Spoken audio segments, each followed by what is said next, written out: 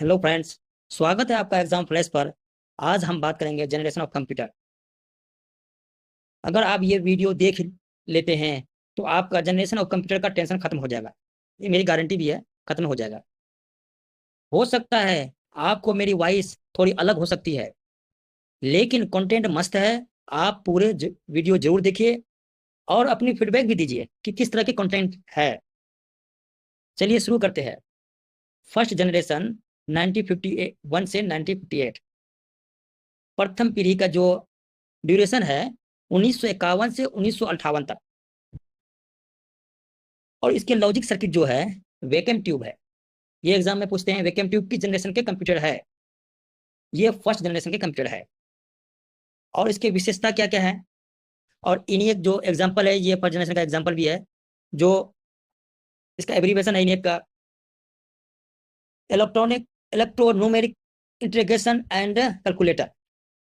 ये इसके एब्रीविएशन है।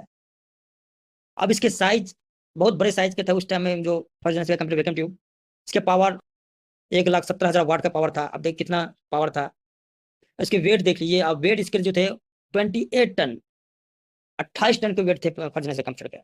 और स्पीड 5,000 एडिशन पर सेकंड का स्पीड। और इसके बूटिंग बूटिंग टाइम, जो कंप्यूटर खुलने का जो टाइम था 1.5 घंटा लगता था खुलने से खुलने में। और उस टाइम इस कंप्यूटर का जो लैंग्वेज मशीन लैंग्वेज था। तो इसके एग्जाम्पल है जो फर्स्ट जनरेशन कंप्यूटर का एग्जाम्पल इनियक, जो इलेक्ट्रोन्यूमेरिक इंटीग्रेशन एंड कैलकुलेटर है। EDVAC, जिसका फुल फॉर्म है electronic electronic electronic discrete DISCRET discrete variable automatic computer. और EDSAC इसके फुल फॉर्म है electronic daily storage automatic calculator और यूनिवेक फर्स्ट है यूनिवर्सल ऑटोमेटिक कंप्यूटर फर्स्ट। ये इसके एग्जाम्पल है फर्स्ट जनरेशन के। ईडी ये एग्जाम, ये बहुत इंपॉर्टेंट पॉइंट है। ये इसके आपको एग्जाम में इससे कोई भी किसी किसी को बोले किस जनरेशन के कंप्यूटर है। दोस्तों, अगर आपको ये कंटेंट पर पसंद आ रहा है इस तरह करके तो जरूर कमेंट कीजिए और अपना फीडबैक जरूर दीजिए।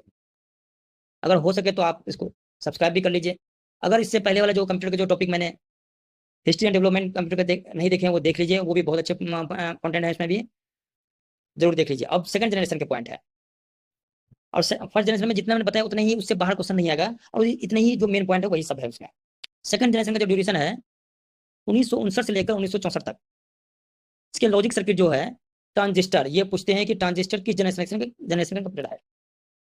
और इसकी विशेषता क्या है, स्मॉलर देन फर्स्ट जनरेशन, मतलब इससे पहला जनरेशन से छोटा है। ये पावर इसका भी कम है। वेट है जो less compare to first generation का, वेट भी कम है फर्स्ट जनरेशन से। स्पीड थोड़ा हाई हो गया स्पीड। और ये बूटिंग जो है कम हो गया फर्स्ट जनरेशन के अकॉर्डिंग। और स्टोरेज ये पूछ लेते हैं कि स्टोरेज, ये मैग्नेटिक टेप और मैग्नेटिक डिस्क, ये किस जनरेशन के हैं स्टोरेज, किस जनरेशन के हैं? ये सेकंड जनरेशन के magnetic tape and magnetic disk. Language है फर्स्ट जनरेशन में कौन सा लैंग्वेज था? असेंबली है, नहीं मशीन लैंग्वेज था।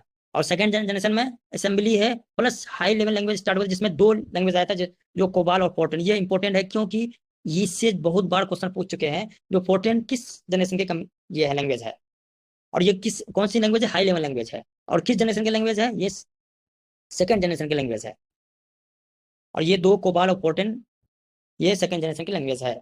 और जो कुछ कंप्यूटर का एग्जांपल है IBM 7030, हनीवेल 400 एंड CDC 1604।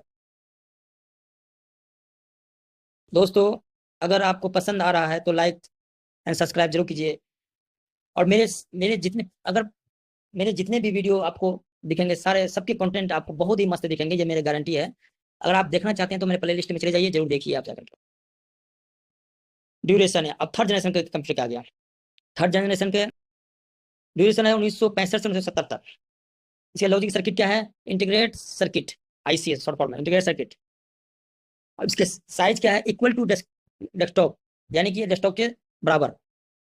ये छोटा हो गया साइज थर्ड जनरेशन में। और पावर AC और DC हो गया। वेट हो गया है नेग्लिजिबल, ये बहुत कम हो गया वेट।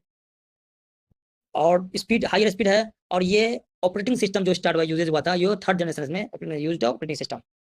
किस जनरेशन में यूज हुआ था? ये third generation operating system use हुआ था, ये भी इंपॉर्टेंट पॉइंट है। और इसके लैंग्वेज, इसमें तो पूरा लैंग्वेज सिर्फ हाई लेवल लैंग्वेज ही था, और इसमें मशीन और असेंबली लैंग्वेज जिसमें फर्स्ट और सेकंड में ही रहा, और हाई लेवल लैंग्वेज जो सेकंड से स्टार्ट है वो कंटिन्यू रह गया।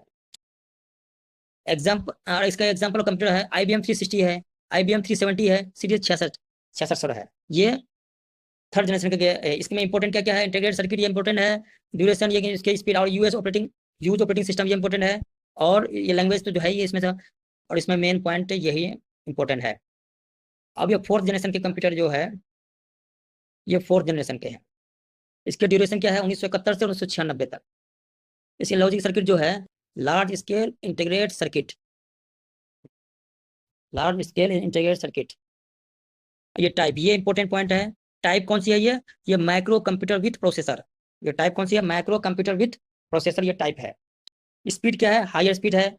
और लैंग्वेज हो गया था C++ एंड डाटाबेस, ये लैंग्वेज आ गए थे।